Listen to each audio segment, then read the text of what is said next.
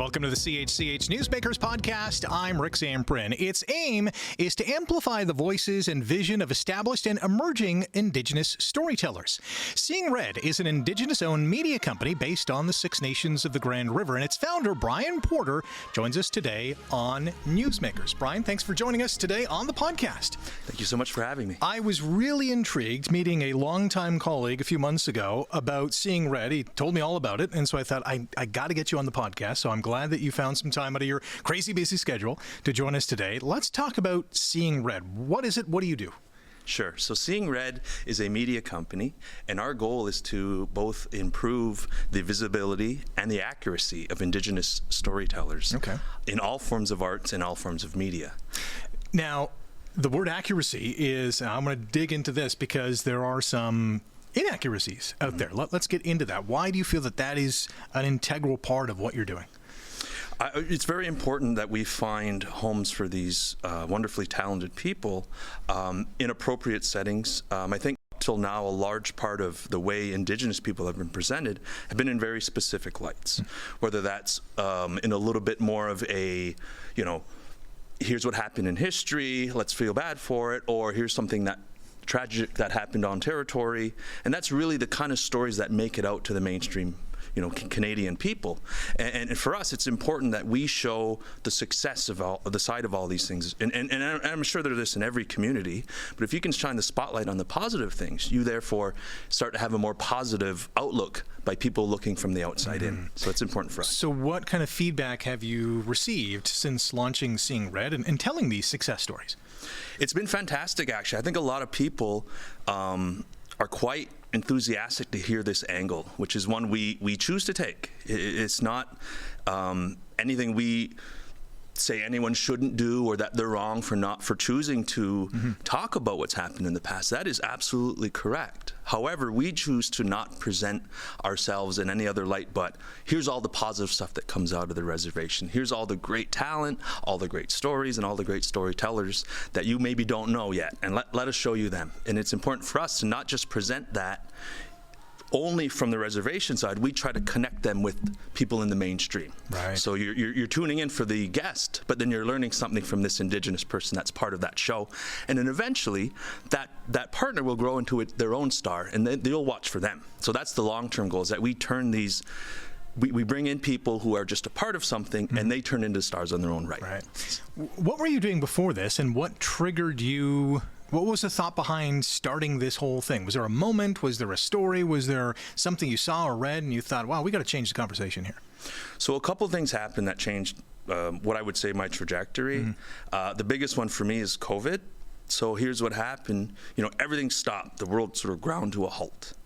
And for me, I've always had this artistic side that I was not really able to pursue. I was a CFO at the time. I was doing finances for different companies. I was consulting, so very much in the business world, customs related, things like that, importation, and COVID sort of just ground all of that to a pretty significant halt, right? Yes, so I had a lot of time on my hands. I had a good friend of mine who was a musician. And he had been producer on this beautiful documentary called Rumble, The Indians Who Rocked the World. And it was all about Indigenous influence on all these different genres of music. And so he and I sat down and we start writing a story, a TV show, based on the territory, based in the way I grew up, characters that I knew. And, it was very difficult when we got to the end, because we went to all these networks and they're like, oh, is that an Indigenous person? And is that kind of violence with another one? We're not sure we can show that. And for me, I'm like, well, where I'm from, it's only Indigenous. So the good guys and the bad guys and the police and the charity and everyone involved, they're all Indigenous. So that's all I know is that. So that's where I realized, oh, wow, like there's a real misconception about what Native stories can be. Yeah. And like any group of people, we can have all those stories and they're all proper.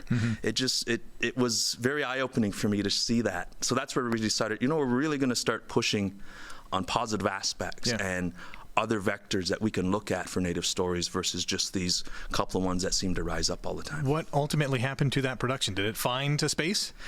I am still in the negotiations. Okay. Actually, I have a very interesting concept, which I'm not sure I want to do, because it actually, so it has to do with AI. I have a company who was part of the world building for Avatar that wants to take that story and build a pilot in AI. And I'm at very much a crossroads right now, because... And why is that? Well, AI is cutting edge, and that's probably where the future is, right? But at the same time, you're going to take some work out of some hands of people. And I know there's going to be backlash, and I think that, we're going to go through this period of, sort of uncomfortability and finding our home within that. But I do believe AI is a matter of when and not if. So I'm taking a beat on it, and I'm going to make a decision after the first quarter on what we're going to do. We do plan to shoot it all on territory, use extras all from territory, as much content as we can have. But I'm still wrestling with the little bit of moral implication of what that would look like. That makes sense, and a lot of people are, obviously. Is this a series, a movie? How do you? So this would be a limited series. We've written it for 5 seasons, a full arc. We've not written the entire show, but we've written a couple of pilot episodes, and then the arc beats for the entire thing. So it's a finite story. I was always, when I was younger, sitcoms where they would sort of just keep dragging and dragging on the story. I do like things that have a defined beginning and a defined end. I think that's engaging. Yeah, very much so.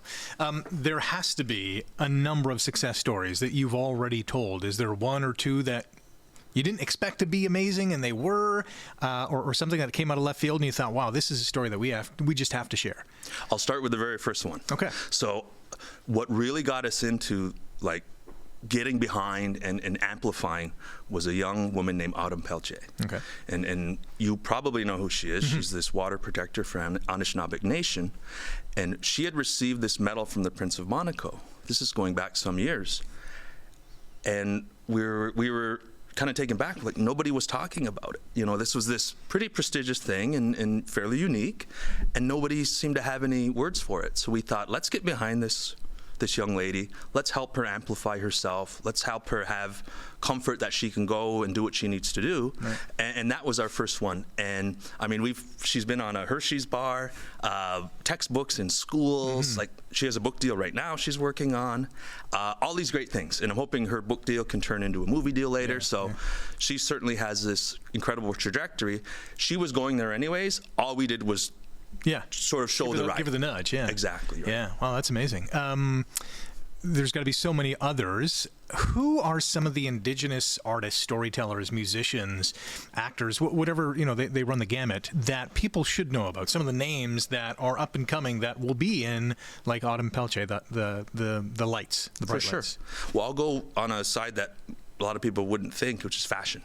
Okay, yeah. So we work with this incredible fashion designer of Akwesasne, and her name is Tisha Thompson. Okay. She headlined our fashion show last year. The prior year, she came to our fashion show. It was her first show outside of her home territory. And on the strength of that show, she wound up doing Vancouver Fashion Week. She wound up going to Santa Fe and showing. So she's very much on the rise. In fact, we're doing a fashion show next month for the French consulate with her, which is going to be a little bit of a preview for us potentially taking our show to Paris. That's why we want to show it to the French consulate. Wow. So is she designing all the clothes that are going to be showcased in the fashion show? Yeah, she designs them all. She uses natural elements. Wow. So, in fact, in this one, she's customizing it and including some Chantilly lace for the French side. Nice. But a lot of woven, almost like basket work corsets or dresses. Yeah. And they're incredible. And the way she always incorporates those natural elements, I think, is so. Yeah. And they're from her territory. They go out and they farm these themselves. That is amazing.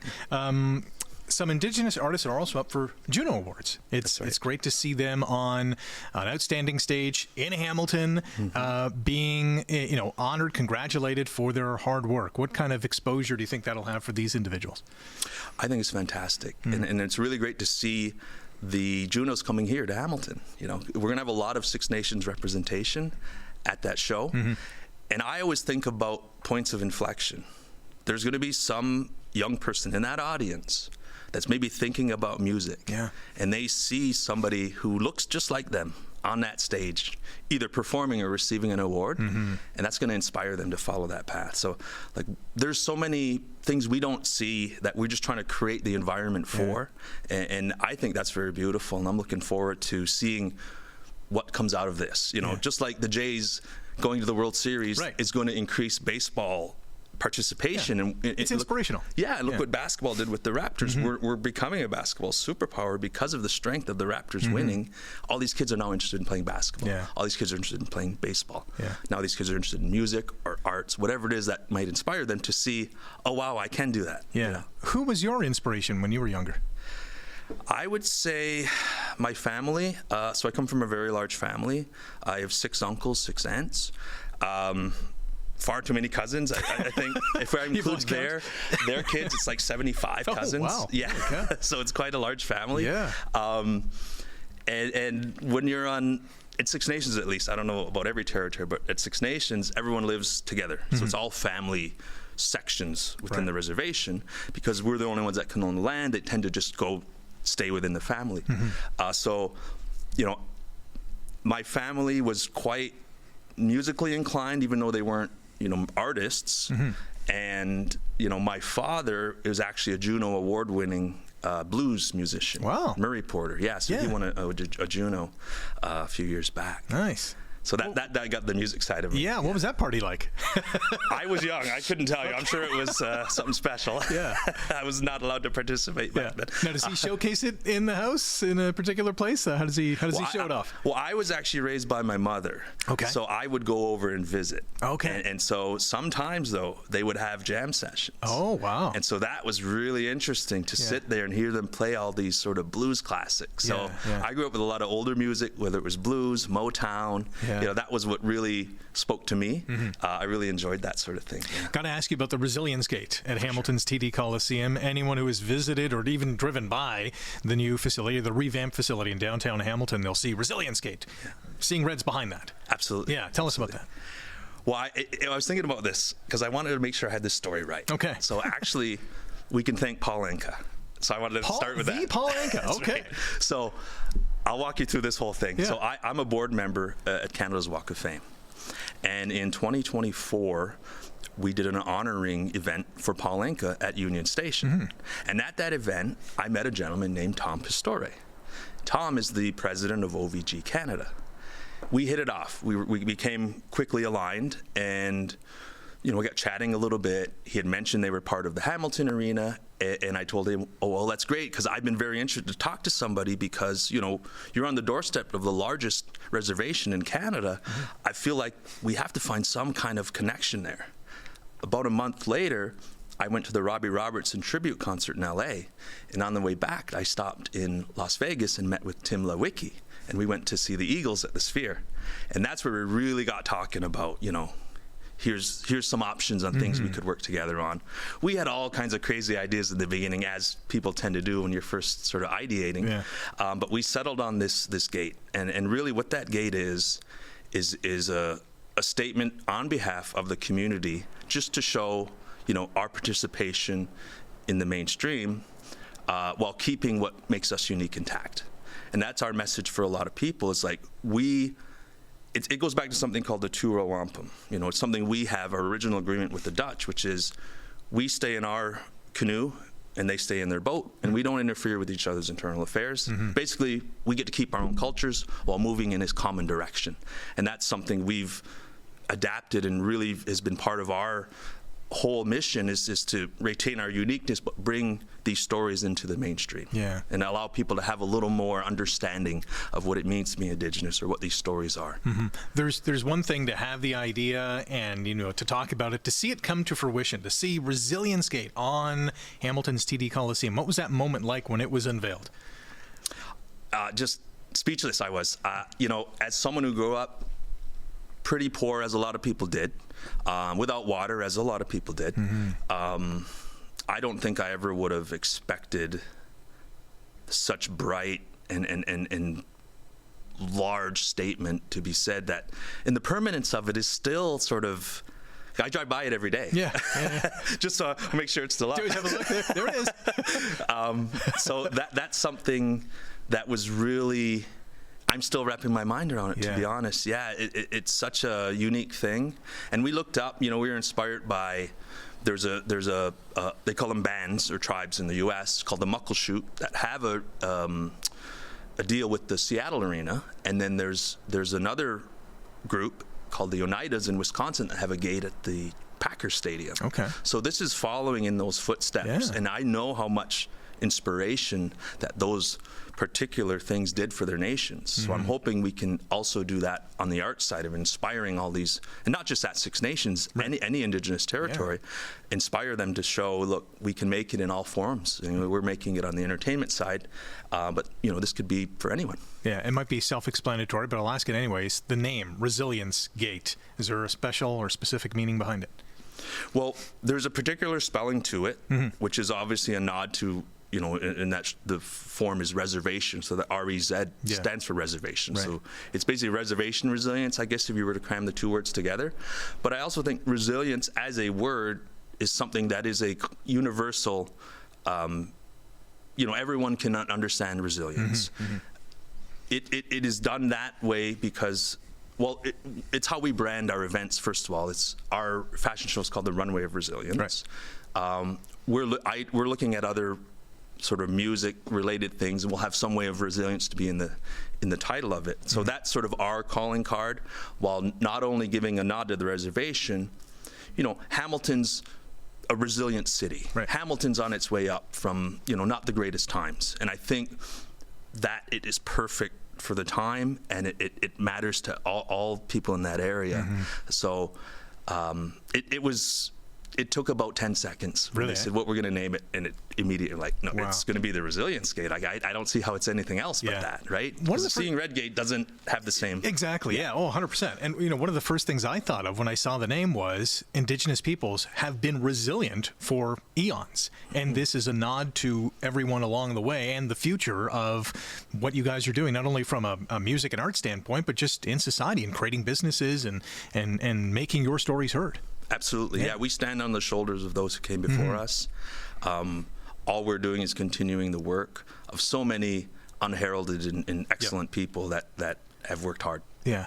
You mentioned you have a fashion show next month. There's a number of Seeing Red events that happen throughout the year. You're at Casa Loma for the big fashion show, the Runway of Resilience. What other things do you have planned for the year? So we have a deal with ITO, Indigenous Tourism Ontario. So we'll be doing about 12 events this year, including music festivals. We're looking at a deal with the French consulate to have some of our creators come and open up events. We're trying to find a more fruitful conversation than land acknowledgements.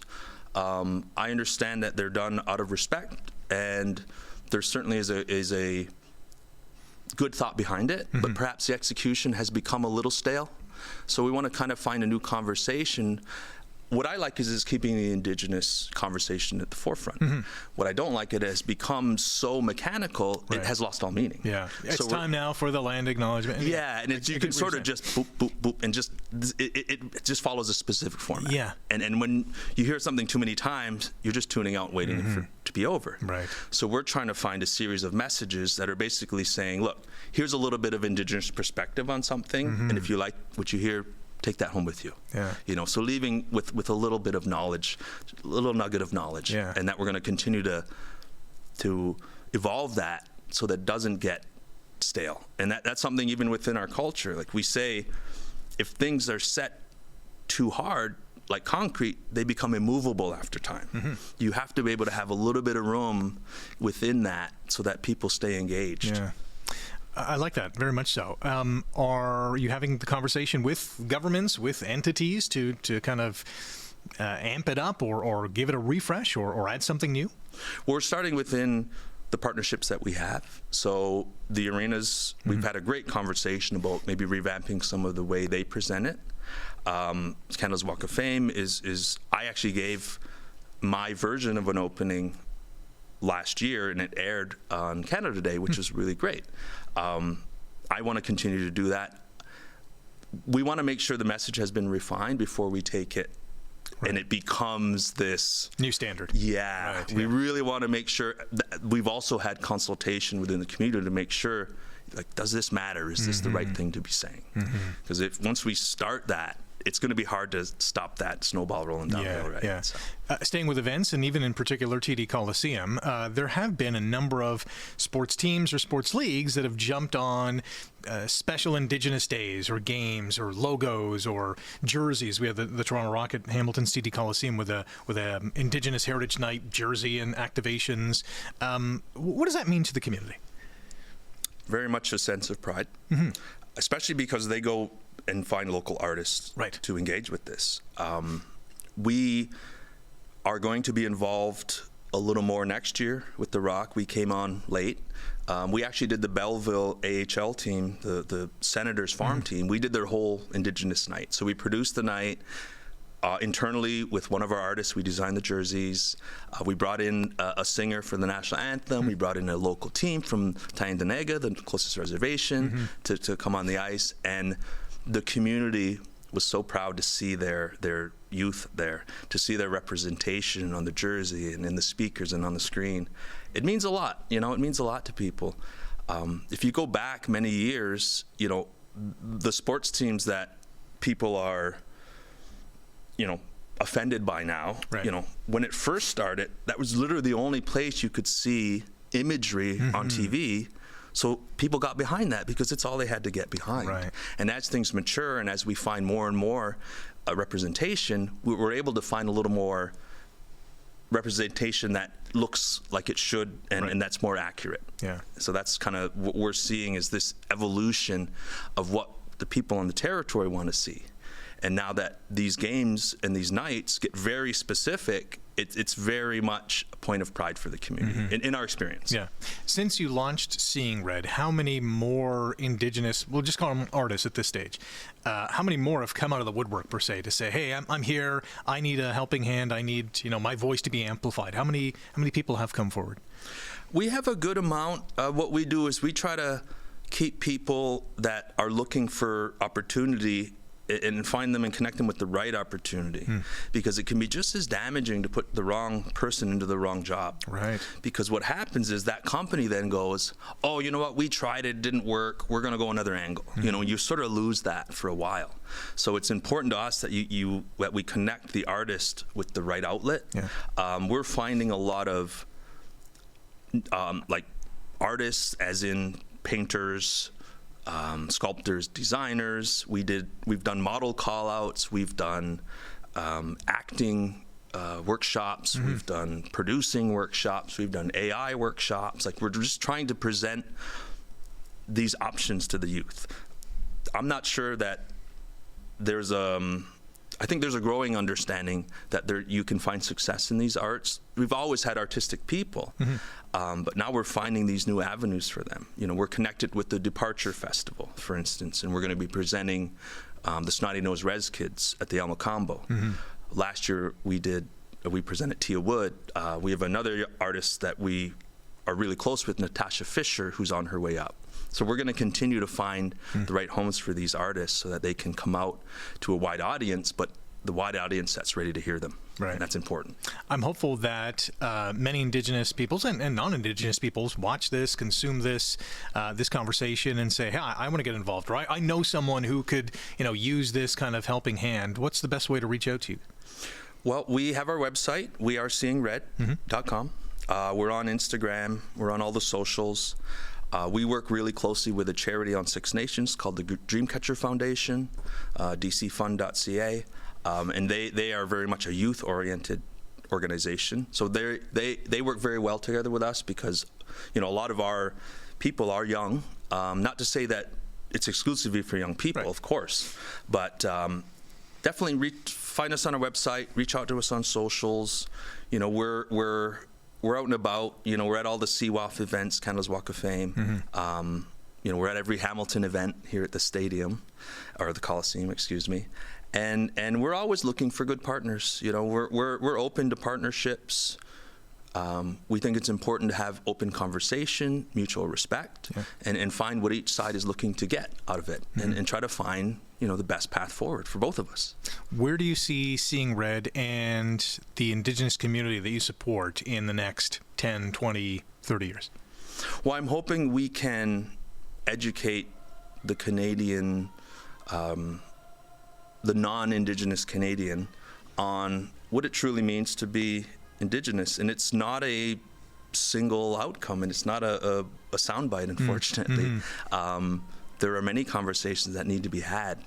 What we want to do is just become the outlet that speaks the truth on what's happening on territory, while keeping things in a positive light. Right.